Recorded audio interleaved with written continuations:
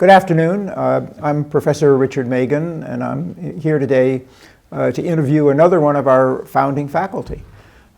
As part of this series of addressing the history of the department in its 50th anniversary year, we're reaching out to faculty who were involved all along the way in the growth and development of the program.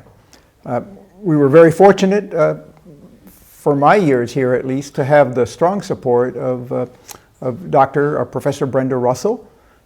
She's had a distinguished career as a researcher, as an administrator, as a mentor.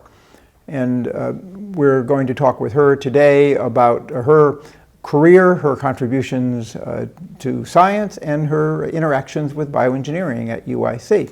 So welcome, Brenda. Nice to have you here. Yes, and I was looking over your resume a little bit before the interview began, and I was noted two things. One, your strong interaction with bioengineering, but also the way in which sort of bioengineering has grown out of biophysics and physiology and cell biology, and that you were really present at some of the first quantitative efforts to extract data in a more maybe electrical or mechanical or image-oriented way. And I wondered if you could share with us how you got into your scientific field.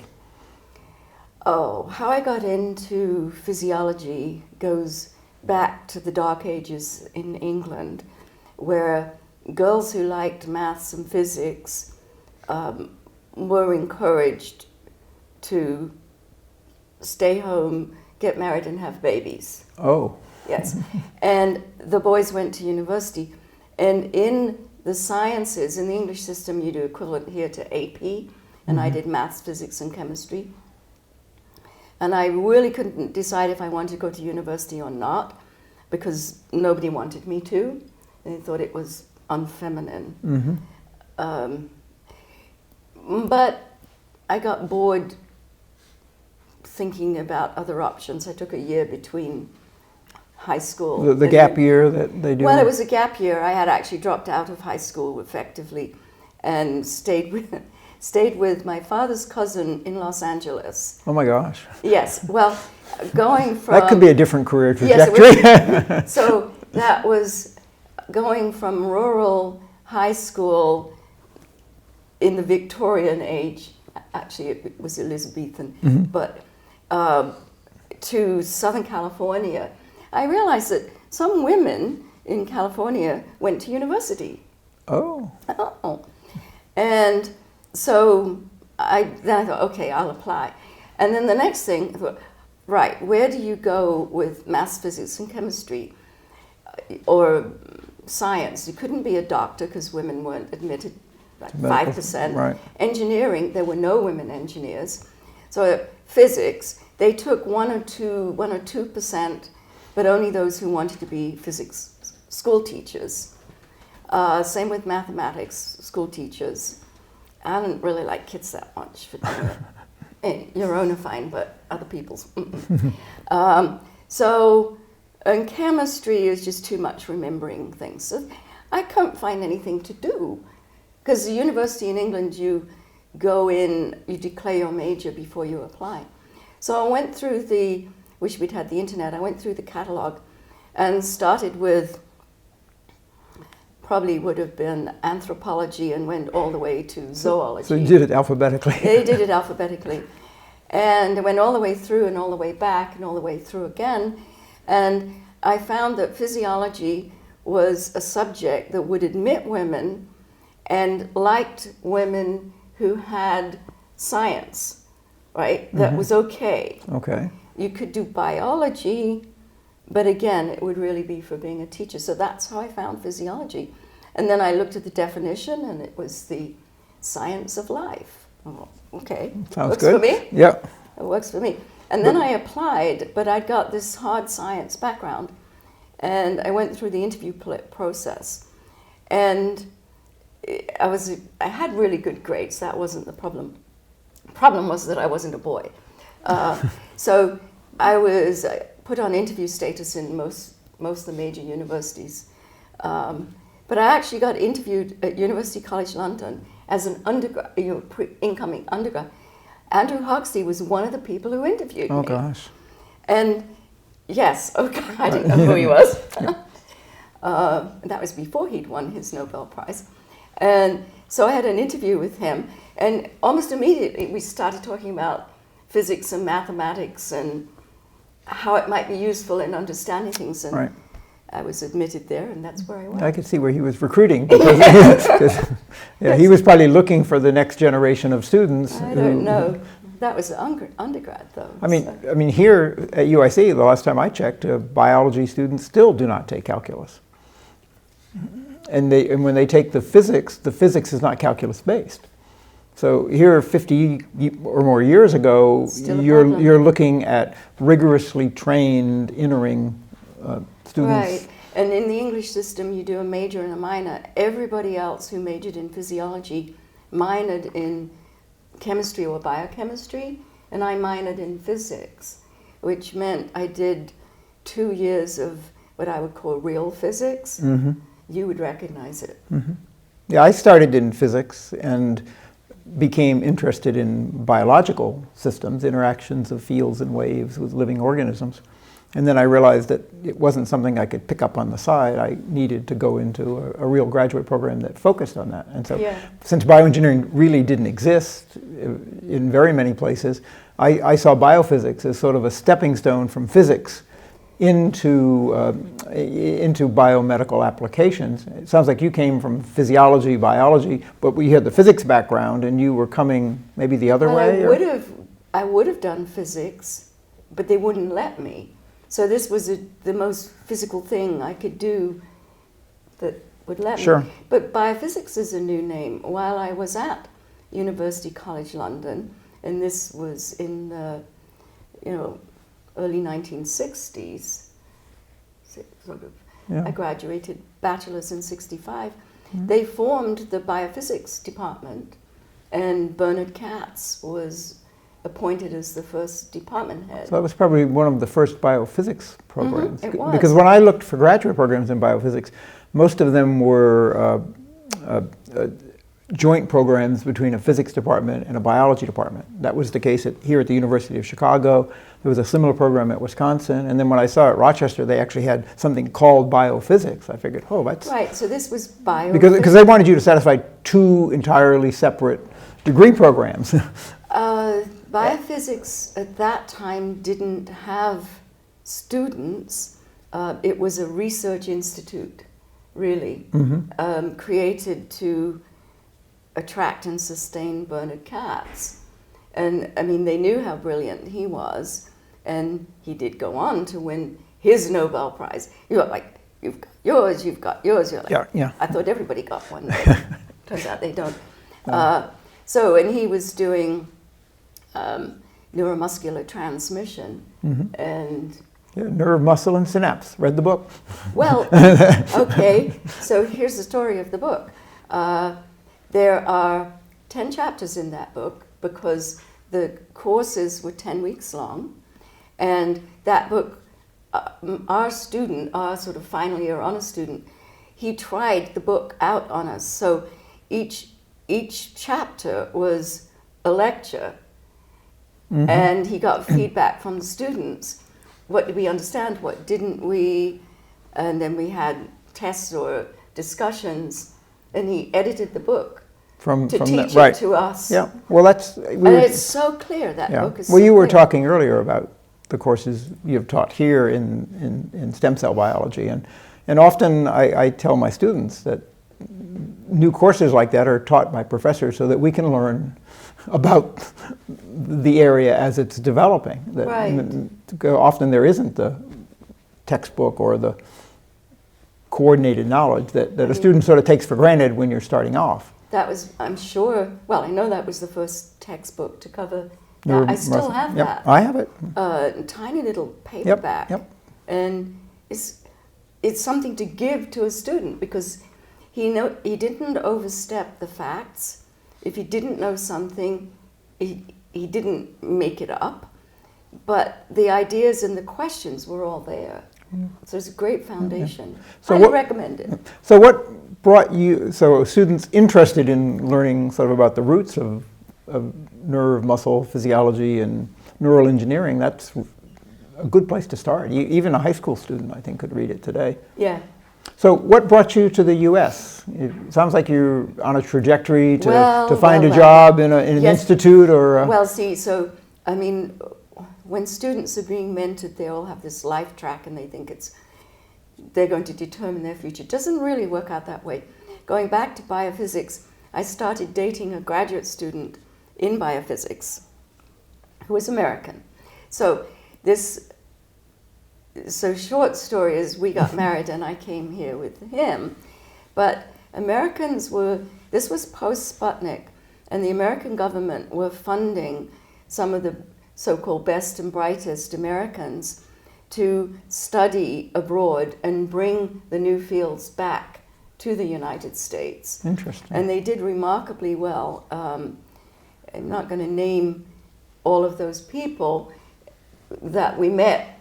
Well, anyway, I had spent this, almost a year in California, and all these highfalutin people were spouting off about, they'd all mostly come from Harvard and the East Coast, right. And they were spouting off about California, and I was the only one who'd actually been there. Okay, so you knew better. Kind of funny. Well, or knew some more. I knew differently. Right, knew differently. Yeah. And so I met them at some sort of networky, think tanky physiology and biophysics weekend retreat, and that's where I met my now ex-husband. Okay. But he came back to the States for a faculty, got his PhD in Katz's department. Okay, and then you both came to Rush? No, detour. Duke was the first place. Duke. Then UCLA.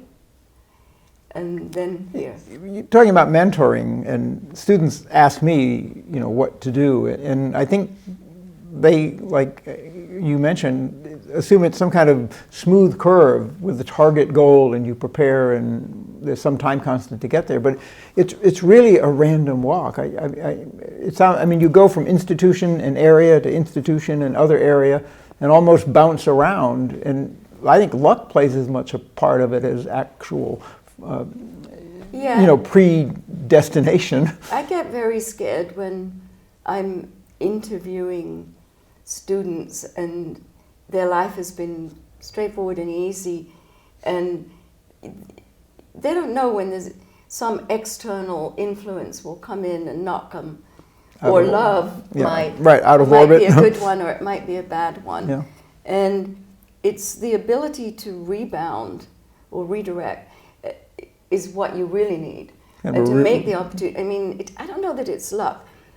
It's somewhat luck, but I was the trailing spouse, and so everywhere I trailed, I had to look for something to do. And I like learning all kinds of different things. So, at Duke, they got me a job cutting paraffin H&E sections with the pathology, routine pathology, clinical pathology. But I kept asking questions, you see. And very soon I got put on special stains. And I was talking to the residents and the faculty, and I was super well trained. I shouldn't have been doing the hand-wind H&E. And then I got promoted to the electron microscope, which was a wonderful toy. Right, for a physics trained person. But was that luck that I found the electron microscope? I don't think so. I think it was because they didn't know how to use it, but I'd had all that electromagnetism theory in physics. So I could actually, there wasn't like push a button and the thing automatically did everything. You had to align it, you had to understand what you were doing, set up the instrument. And because of the physics, I could do it. So I got really good pictures. So you were in demand. Yeah. And is that luck? No, that's not really luck. That's not being defeated because you get yourself into a boring, non-tenable situation. So there's a resilience then. And the flexibility to take advantage of anything good there is. Sure. And mentor, talking about historical. Oh, I'm sure you had great mentoring. There were none. The word mentor did not exist 50 years ago. Nobody had any. You're supposed to, right? Right. No. It was, I mean, it was almost a point of pride that you would overcome barriers and hurdles, that people would almost go out of their way to annoy you and make it difficult. Well, they wouldn't spoon feed, which Right. is, or tell me what to do. That's fine for grade school and high school, but for a graduate student, you shouldn't be telling them what to do. They should be telling you what they have done. So you followed, we're not mentioning your ex-husband's name. We can, Okay. Bob Eisenberg. Yeah, I mean, and he's a famous he's emeritus professor at Rush now. and also has been affiliated with this bioengineering Sure, he was, yeah. department because he was a lot of theory and math. Right. And working on membranes. Yep. Well, he gave a presentation right at our symposium we had last year. Yeah. So you went. I still respect his science. Okay. So you went to Duke and then UCLA and then found your way to Chicago? Yes, and then you're going along the way. You're going to discover that my PhD advisor is Andrew Huxley, and going back to mentoring, was he a good mentor? No, I didn't work in his lab. I did the research at Duke and at UCLA on my own. And met with him when we went back for family holidays. I'd spend a couple of hours with him, and then we had these exchanges on, no email, remember, on blue aerogram paper that was the one sheet that's self-folded with the stamp. Sure, very almost onion skin kind of. Yeah, very thin. Yeah. And one of the things I remember is that, well, we always thought we had to use up all the stamp by using every inch of the paper. And he would write like 3 sentences and waste the rest of the paper. Oh, gosh. But the 3-sentence comment from him, I'd mail something back to be read. Probably take me 6 months because it was so insightful. But yeah, so I sort of had a mail-in PhD. Oh, that's interesting. No. But he knew, he knew what I was doing. Right. But, and he was a fierce critic. Yeah, so you were operating at a fairly high level of independence and basically almost a colleague, I guess. Yeah, well, I don't know, he'd put it that way. And then, so you got your PhD, and then did you do a formal postdoc or just go right into faculty? I did a postdoc at UCLA. Okay. And I actually quit career again. All these things, you look back and think, I quit with first baby and was going to stay home. It's almost a Brownian motion. Yeah, I was going to stay home full time. And actually I got really bored at home. I love the time when baby was awake and there was something to do, but babies sleep a whole lot. Mm-hmm. But you have to stay home with them because they're sleeping. It's very boring. Yep. It didn't mean I didn't love him, but it did mean I was very bored. Yeah. And so I actually stayed home, finished writing up the thesis, which I wasn't going to finish and do, but I did. And submitted that, got it. Then I wrote postdoc fellowships I didn't have citizenship then, so I couldn't write for the NIH. I had green card, but back then green card didn't let you write for government grants.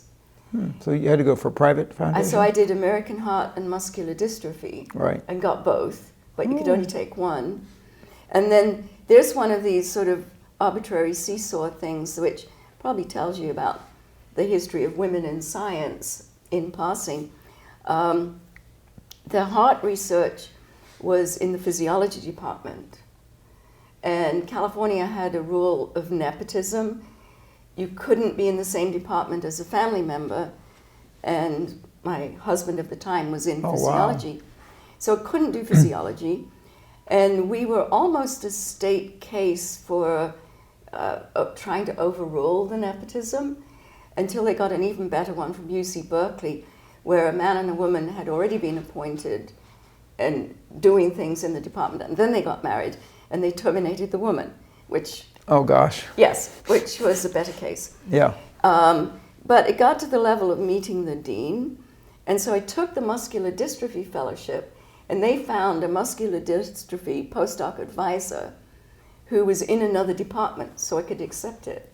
That's how I did muscular dystrophy. I didn't even know you did that. Yeah, I mean, with the skeletal muscle, and it wasn't a project. I mean, the project wasn't written for that at all, but you know, they're like, Right, you exactly. got to wend your way through Right. and win. So I was a postdoc Right. in a biochemistry lab of an MD, PhD who was working with dystrophy. Okay. So I did lots of Jerry Lewis. You were saying earlier, had you got, you know, mic'd up? The first ones were in the Jerry Lewis telethon, raising money for muscular dystrophy. Yep. I remember them, watching them on television. Yeah, That 24 hours. Oh, So that they was had a to fill big the space was with somebody. It was a big deal. So I Yeah. would show up and talk science. Oh, good. Yeah. Yeah. I should go back and see them. Probably don't exist. Yeah. But that would have been out of the LA office, the LA TV studio. Did you have any sense at that time that bioengineering was a coming concern, or were you just still embedded in biophysics and physiology? And Oh, I didn't know. I mean, I don't think it was named bioengineering, but the quantitative skill set I did bring. So I said electron microscopy was the instrument, was definitely an engineering piece, but I got very dissatisfied with what we'd now say is image analysis, because it was so subjective. People would look for pretty images. Oh, look, there's a artistically lovely one. And I'm thinking, yeah, but it doesn't sound very scientific to me. Can we put some numbers on lovely? okay. So I was working on muscle and muscle structure, and my thesis was sort of discovering that the T tubules were connected to the outside and carried the current in, kind of back in that day. But looking at the electron micrographs, what you're doing is a geometric probability 2D profile of a 3D structure. Right, you slice through You're it. slicing it, Right. and then you're taking some of them. Right. But there's a math behind that, and it's Right. probability. And if you sample randomly, an unbiased sample, and count and measure everything in those random 2D profiles, you can reconstruct 3D. And I did all kinds of workshops on that. It seemed very obvious. The one that the public like is take a bag of potato chips and tell me what size potatoes were from which the chips were cut. Okay, so if you do that, and not Pringles because they've been pre-molded, they're all the same. Right, but natural. Okay, so Natural ones, Right. you'll find again a distribution. a distribution, of sizes. and the largest potato can't be bigger than the largest potato chip, but the small ones will cut off access. the edges. Right. So, so I measured them and did the distribution Right. profile. Then I found other people were doing it, and that was called stereology, and turned random sets of properly sampled electron micrographs into quantitative analysis. Right, because you were of trying to get the subcellular- size and number of intracellular organelles or, Right, or and- structure. For instance, mitochondrial Right, content right. and distribution, the T tubules, the sarcoplasmic reticulum, Right, the myofibrillar content in muscle. Like cardiac is 30% mitochondria. Skeletal muscle, it depends on how aerobic the use of the tissue is. If you're a marathon runner and those are the muscles you're using, it could be as high as 5 to 10%. But if it's a power lift, it could be less than 1%. That kind of thing. Okay. But that was quantitative. Right. And then, like in the muscular dystrophy, did you try to distinguish between loss of number of muscle cells versus muscle cell size, or? Right. Or, Then you take the samples, and instead of just saying, look at the degeneration, you can then measure the number of internal nuclei. Or right. So are cells dying, or are cells changing size? You can start asking those questions. Hypothetical. Because you have numbers to answer them. Because you have numbers. Not just because you could probably always find an image that supported, or two that supported whatever perspective or bias you might have. And so the anatomists were finding a beautiful picture and publishing it. I was doing, and this was at UCLA, working with computer scientists, and all this data was put on punch cards. Oh yeah, this was not easy. You didn't have a screen where you circled something. It was a grid system, point counting, and scored and punch card, and they'd run it and come out with the multivariate analysis, because I'd got something like 400 muscle fibers and 20 data points from each of them. So it was a big set back then, Richard. Right. I remember carrying boxes of... And then I came back and found out what the average was. And then I went looking for the micrograph that had the average of these 18 parameters. And I was horrified to find that there was no muscle in my whole collection that was average in all 18. Right. So you couldn't have the pretty picture. I couldn't have an average. It didn't exist actually. Well, it might have, but I hadn't taken a photograph of it. Wow. So that's quantitative thinking. Right. And all that time, I remember a colleague in what department was he in? Engineering. Anyway, was teaching undergrads, and he thought this was a very trivial problem to do the sampling and reconstruct the subcellular content. And so he said, I said, well, I don't know, I'm having a really hard time working with the equations. It's easy for isotropic tissue, but anisotropic, I'm having trouble, because the equations clearly shouldn't apply the same way. Right. It should depend on some sort of orientation, cut angle or something. Yes, exactly. Yeah. And he said, oh, well, that'll be easy. I'll give it to the undergrads for a homework assignment. Well, he did, and they were really bright students. And he was horrified, sort of come after the weekend, and they turned it in, and none of them hadn't done it. So he said, ooh, I think I better try. And he couldn't do that. So I picked up another colleague. Okay. Now this was at Berkeley? No, this was UCLA. UCLA. Yeah, in engineering. So I was working with the engineers. Right. And trying to have them help solve biological problems. Right. So you were moving toward bioengineering without really knowing it. Right, but I was in the Department of Medicine in the muscular dystrophy clinic. Okay. Right? Sure. So what brought you to Rush? How did you get to Chicago? Oh, the ex got recruited as the department head of the new Rush Medical School in Physiology. Oh, okay. So this was so his career. That was 1976. Okay, so his career has moved to that stage. He was department head. I had 3 children, and I was a research assistant professor. Okay. Postdoc-y, self-funded. And you did that at Rush for quite a while, right? I was a sort of soft money appointment, and again, here's the opportunity. I was in pathology because it couldn't be in the same department as your husband. And again, running special stains to earn your keep, you do what they will pay you to do, which was,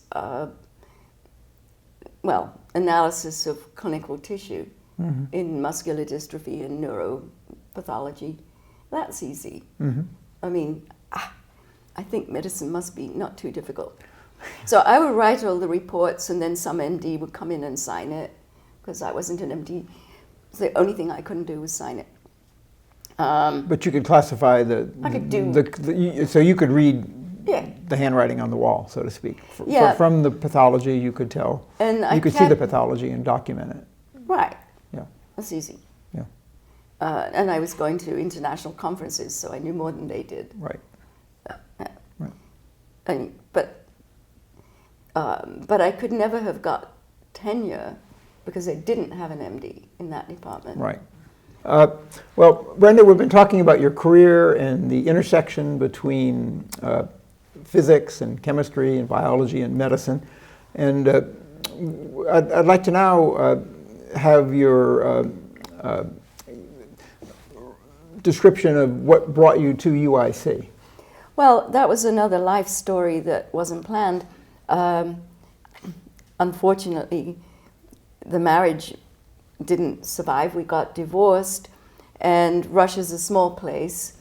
That time, by then, we have 4 children, and knew that we were going to be joint co-custody parents, primary with me, but wanted good arrangement with both. So that meant I needed another university in Chicago.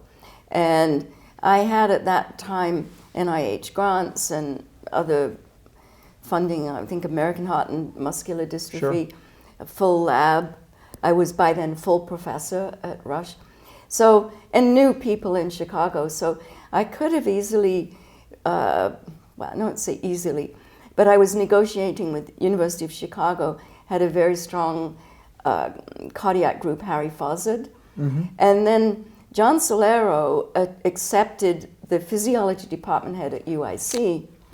And John and I knew each other from research, and heard that on the gossip network. Right. So I think I phoned John and said, I'm looking to move. Right. And next door. Yeah, well, in town. Yeah. And he had faculty lines, and of course he was cardiac muscle. Perfect. And so he said, that's what he said. Right. And bringing grant funds. And, and it was something he wanted to build the heart group. So that worked out very well, and I moved to UIC.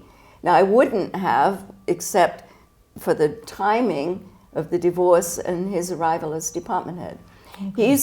He's a biochemist, mostly, cell biology biochemist, and I was bringing the more biophysics and other ways of working. So, perfect complement. Yeah. And you've been working ever since together. Right. Well, off and on. We just got the program project grant renewed. We've had it for 15 years, and it's going out another 5. So we've been NIH funded together for a long time, and a really big grant. So, and those are team research where you don't want everybody in exactly the same background. So it's complementary, which means sometimes I've got no idea what he's doing, but that's fine because he's doing it really well. Okay. Yeah. Good. And then it's through those grants, I think maybe we first became connected because bioengineering students were finding sometimes quantitative roles in some of your research. And I know you were funding bioengineering students at that time. Yeah. Well, I mean, I've always had a problem finding, I still do, students who are quantitative enough.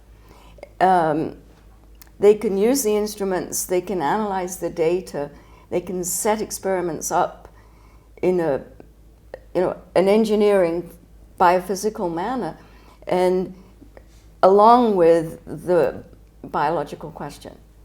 And in the last 50 years, okay, great, DNA was discovered, everybody went cell, molecular, biochemical. But those people are they're phenomenology and descriptive. That's a descriptive science, mostly, not always, but my lab needs numbers, and I need someone who's been trained numerically. So the bioengineering students or technicians with that kind of background. Right. So they became part of the team. They had to be because the sort of descriptive ones couldn't do the work. Right. And this led you into collaborations with Tejal Desai, who was here at that time? No, Tejal, and that's a very fun story. I was already somewhat connected with bioengineering, but Tejal arrived, and she was looking for colleagues and collaborators, and made it her business to spend time on the medical campus and go around and talk where she knew the areas of research. Cardiac was one of them, diabetes was another, Right. ophthalmology was another, and I've probably forgotten some because Teja does so many things.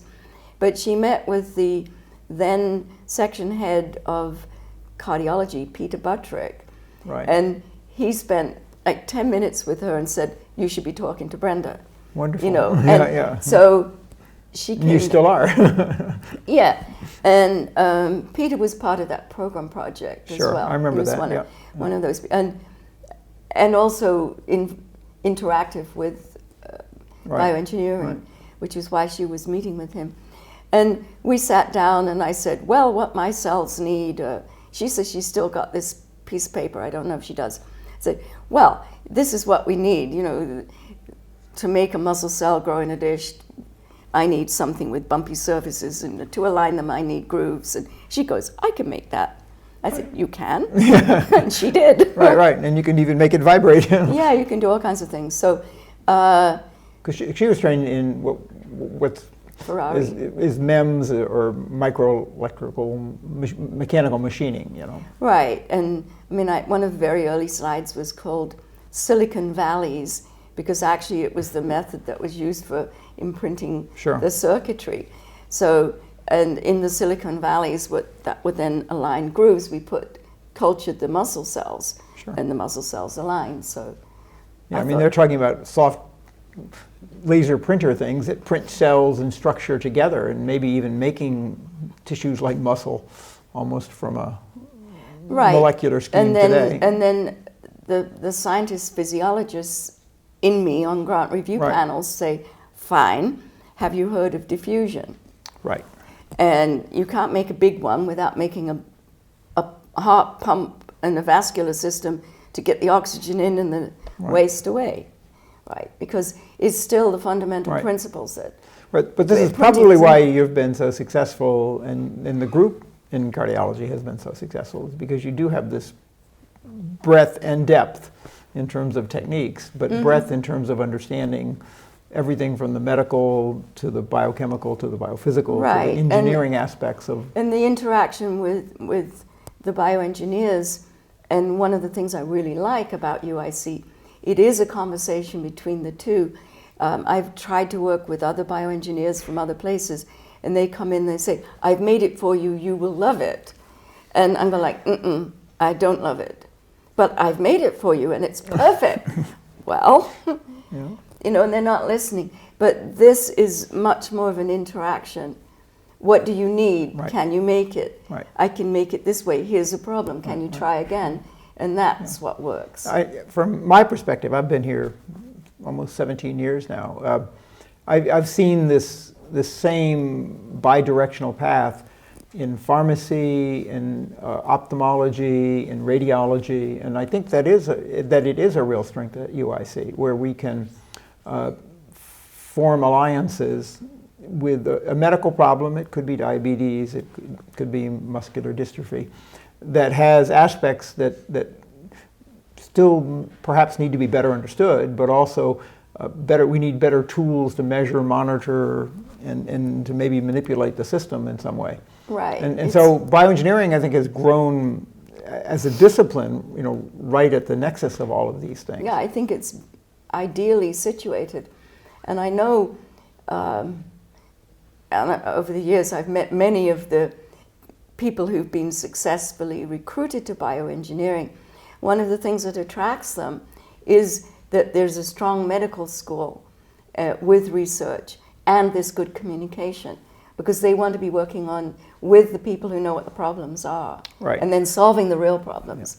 Yeah, So I taught biomedical instrumentation for many years, and early on I tried to make the case that engineers had developed pumps and prosthetics and pacemakers, and then they'd gone to the doctors to show them what they had. Right. But in fact, when I looked carefully at all of these biomedical inventions, it had come the other way, that it had been a surgeon or a physician who had recognized a problem, had made some attempts at solving it with a device, and then recognized they needed maybe some more help, and then they'd partnered with the engineer, and then together they'd built the successful entity. So it really is a team approach for it to be successful. It is, and that was going back to the the training of physiology, biophysics, the people that trained me, they built their own instruments. Right. I mean, cats built, designed oscilloscopes with those old valves. Huxley built an interference microscope to look at sarcomere shortening. Right. And a microtome to section that was gravity driven and not hand wound. I mean, they developed the instruments, and then someone commercial would come in and say, well, I could improve on that. Right. The electrophysiology came from that era. Right. Pacemaker, one of my postdoc projects was with an English person who was Salmons. He was engineering, did a master's in physiology and then a thesis. Right. And I think it was his thesis advisor, we were running animals to train muscle. And he said, oh, I could build a little stimulator. That would do that. That will go to the nerve and pace the nerve, and that will pace right. the muscle. And he built the first one as a graduate student. Wow. And I'd taken classes with him as a student and used his stimulators in rabbits. You were saying Right, we right, work with rabbits. And then you could pace one leg, and you know exactly what you were delivering, and the other leg was the control. Right, exactly. But that was engineering. Of course, unfortunately, that was before patents were given. So that's the whole pacemaker, that's Medtronics, right. the whole thing. Yeah. He's a Right, professor, right. he Yeah, didn't make any money off it. Yeah. But it was working that was solving the problem. The engineer could help you. Right. And right. you needed to partner. Yeah, and I think this bidirectional pathway has led the department and its physical movement toward the West Campus. And so now the department is jointly based in the colleges of medicine and engineering. And then our sister campus down in Urbana, their new medical school has gone the other way. It's actually trying to develop a joint engineering medical curriculum. I don't want to talk about it, but... Right, but within this marriage of disciplines, it's certainly a... Well, disciplines change with time. Right. And in our life as faculty, bioengineering was born and matured. Right. And our founding head, Larry Stark, who ended his career actually at Berkeley for many years, he started out in the era of what was called cybernetics, which was this sort of quasi-idea that computers and biological systems and feedback control, that it all ought to be connected in some sense that they couldn't quite fathom, but they were willing to start considering it. So I think bioengineering has flowered as a discipline because of its connection with medicine. Well, I think it's the quantitative, in the physics, the mathematics, the engineering, the quantitative understanding of life is real. I mean, there's a real... Right. But isn't that what physiology was supposed to do?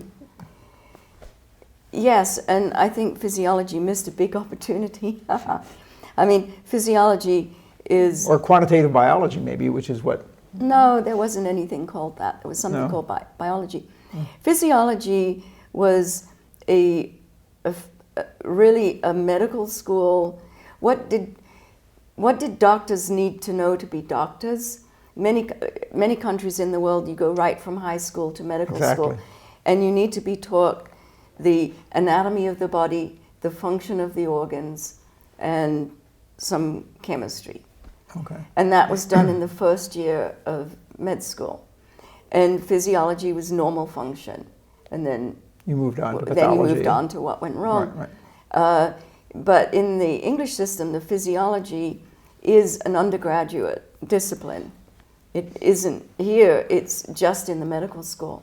Because in England, anyway, it's Excuse me. What physiology did was it lost its undergrads in America because it's entirely in the College of Medicine, almost. There are very few undergraduate physiology. Now, there are many undergraduate biochemistry programs, right. but there was this hole for physiology, and nature abhors a vacuum. Right. So engineering filled it by doing the physics of life. It now exists in bioengineering departments, where you have undergrads that are taught. Yeah. So I'm, almost like a grandparent, basking in the success of my offspring's offspring.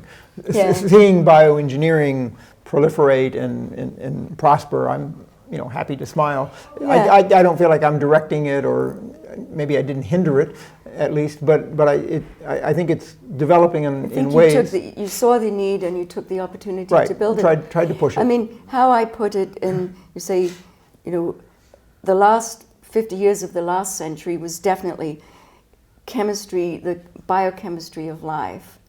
Right. But if you think of cells evolving and healthy bodies surviving or becoming ill, it isn't just the chemistry of life. Cells evolved in a physical world. Right, and the mechanical aspects of that. Well, the electrical and mechanical, the light. They're becoming more... That was forgotten because we needed the language of DNA and protein chemistry, because that's how you operate your systems. But physiology is the function. I mean, it's that structure function. The structure is the chemistry and the biochemistry. What you really care about is the function. Right. You care, did the heart pump enough blood? Mm-hmm. That's what you care about. You care about the function. So for sure, the next 50 years are going to be the function. And that's going to be in the engineering. And I see that in imaging when I teach my imaging classes. The early forms of imaging were all structural, and more they're now functional, and trying to get at ways of visualizing as accurately as possible what's going on at the molecular and physiological the latest level. Experiments that a bioengineering PhD graduate student is going to attempt to do takes a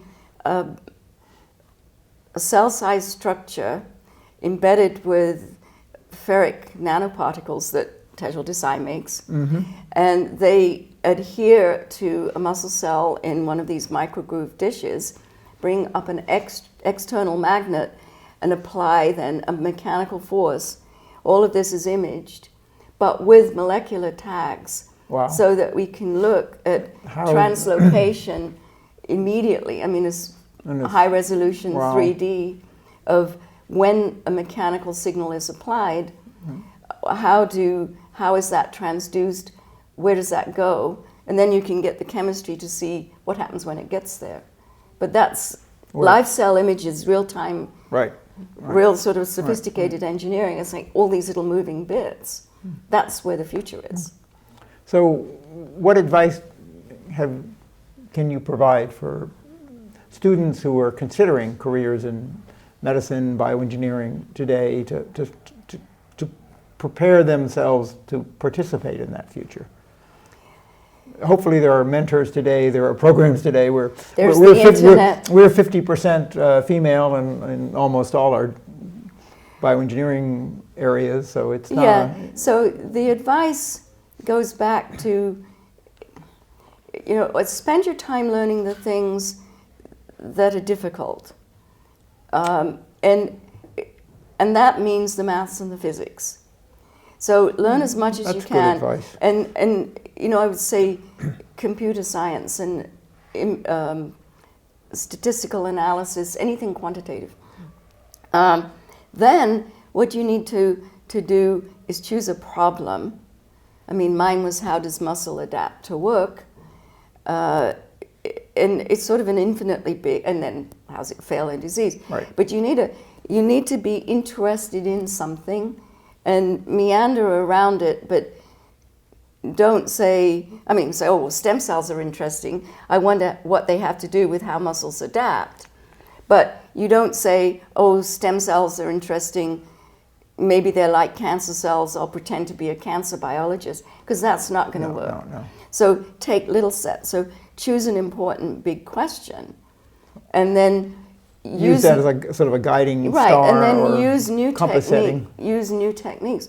But the fundamental knowledge, it's easy to pick up phenomena and descriptive stuff, it isn't easy to pick up the maths and the physics. Yeah. I've told my students on several occasions that when I looked back at some of the things I've been doing, often the difficult things that I sort of rebelled against learning or doing have this annoying habit of coming up later in my career as something I really need to know. And either I have to go partner with someone who knows it, or I have to go back to the books and learn it. But it is so much easier if you've made that part of the tools that you can bring to thinking about the problem. Because it's one way to just use the tool out of the drawer to solve the problem, but you've got to know... Well, old tool, old question, old answer. Precisely. Right? That's good. The other thing is you never know everything, so you need colleagues that know more than you do. And I think it's very important to be able to say, I don't understand this. I can't understand this. Can you help? Right. And you have to be honest enough to admit what you don't understand. You have to know if you want to know what you're doing, then you do chartered accounting. I mean, if you you want to do bookkeeping, the numbers are going to come out right every time. I mean, if you do your research, they don't always come out. No, but it tells you that it didn't work that way. Right, and either you've not considered something you should have, or it's behaving in a way that's really interesting. And I think the students get discouraged when things... You have a hypothesis. I say it's Greek. It just means guess. Guesses can be wrong. And they do the experiment, and the guess was wrong. And the student feels like, oh, I failed. Because failed because your guess is wrong? No, you did a good experiment technically. And what you've learned is that wasn't the right way to do it. That's moving forward. There must be another way. Right. So that's... the other thing is flexibility. You know, if NIH funding goes down the tube, go work for American Heart. Right. Or industry. Right. If you're working in a field and there's a breakthrough that wasn't anticipated and your problem is no longer interesting, don't blame yourself. Say, isn't that wonderful? My problem's solved, and find something else. So, you know, look for opportunities and be realistic and watch the external world. You're going to get knocked aside not because of the things within your sphere, but because of the unpredicted. Life stories happen. People have illnesses. I had babies, divorces, geographical relocations, and those are all challenges, but sometimes you pick up something you didn't think you were going to do, and that works out in a way you couldn't expect. Well, thank you very much for sharing your experience and insight and allowing us to sort of go through the trajectory of your career. It's unfortunately, as we reach the senior citizen perspective, you know, one has a temptation maybe to look back too much, but I really think the way you have described this could be of help to some of our students and some of our faculty looking back at how we've progressed and how they might want to proceed in the future. So thank you very much. Thank you. Bioengineering is great. Yeah, good.